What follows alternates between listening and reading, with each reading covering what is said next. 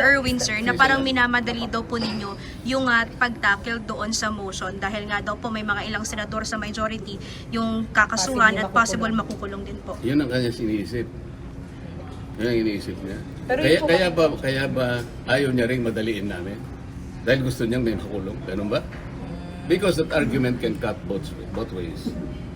O, parang tungtuwa ba siya na mayroong makulong sa amin na hindi namin magamit yun? Kung talaga nagmamalasakit ka at we are colleagues here in one institution, dapat hindi siya magsasabi ng gano'n. Di ba? Pero ganun po bang intention, sir? Para po sa possible na makulong or wala dito? Ang sinasabi ko Yun bang kanina intention, pa, sir? hindi dahil lamang doon. Ang sinasabi ko, maski ang COMELEC, pinayagan na nga na bumoto. Ito ay makabagong panahon na natin. Let us take advantage of modern technology. Communication, information technology. Pwede naman eh. Para sa ganun, lahat makapag-participate. You know that Congress is a deliberative body. It's a parliamentary institution. So lahat dapat magampanan ang tungkulin. Bakit mo i-deny sa kanya yun? Sabi naman namin doon, under justifiable conditions or situations. So, paliliwanag na, hindi pa nga kami makapag-debate. Ako talagang gigil na sila So, na. pwedeng lumabas po sana yun sa debate, sir? Sana nga, ganun lang. Kung hindi naman sila magbibigay ng pagkakataon na pag-usapan namin, naku, kamumusyon ko pa lang talagang akala mo yun.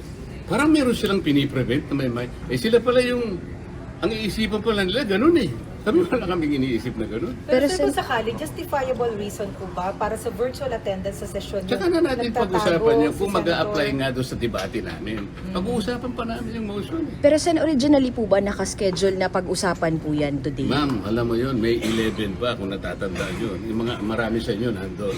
May 11 sa nangyari. Isip-isipin mo, May 11 yun ha. Yung minority, kapagkat nakuha namin ng majority, nandun sila lahat sa lounge namin.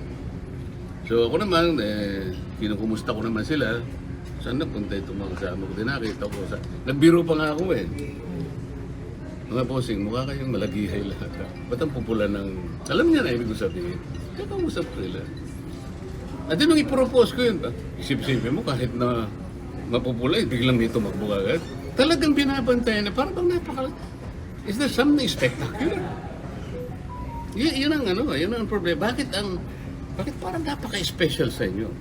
Parang bakit takot na takot ka ba kayo na i-amend natin ito? Ayaw ba ninyong i-take advantage sa modern technology? Ano ba tayo? Panahon pa ba tayo ng medieval age? Andito na yung technology. At sisihin natin ng COMELEC, kayo naman. Pati internet, ginagamit na ninyo. Pero sir, di ba ganyan. magbibigay ng special favor sa ibang senador? Kasi kayo able... They could say that. Pero wag dapat silang mag-speculate. Payagan muna nila yung aming trabaho, deliberative body, parliamentary body. Ang problema, kayo alam niyo, merong isa dyan, tatayo. Pag in-interpolate mo, tatakbo. Ngingiti ka, kilala mo, di ba? You're referring to... Wala, ikaw na, kilala mo sila. Tatayo siya. Pag gusto mo siya interpolate, tatakbo siya dun sa lounge, o kaya akyat siya, ang tangkarayan mong ginagawa, pupunta siya sa inyo. Interview rito, interview doon. Hindi po ganun ang Congress. Hindi po ganun ang Senate. Either nakidebate ka, kung ayaw mo makipagdebate, you have no right to become a senator of this republic. Kung mag-walk out ka, kayo po. Ngayon po, baka ang iniisip nila ngayon, parang kami na naman ang masama. Hindi po kami nag-walk out. You just imagine this. Hindi ba kami mga mature na tao na pag-usapan namin ito? Binoto po kami para pagdebatihin ang lahat ng bagay. Bakit ka mag-walk out? Bakit ka mag-walk out?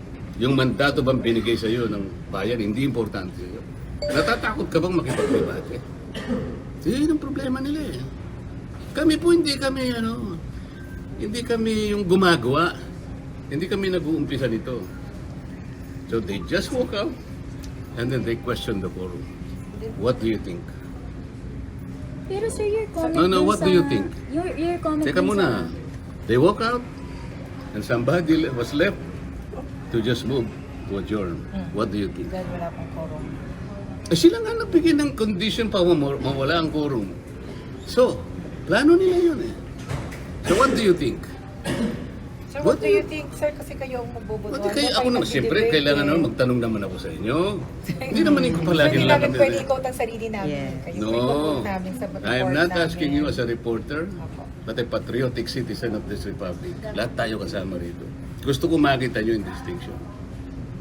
Salamat po sa inyong lahat. Sir, So yung comment dun sa minamadali, bakit kailangan ngayong araw po daw i-resolve yung motion, sir? Ayan, sir, na may ano daw po, ay yung whole departure order, sir.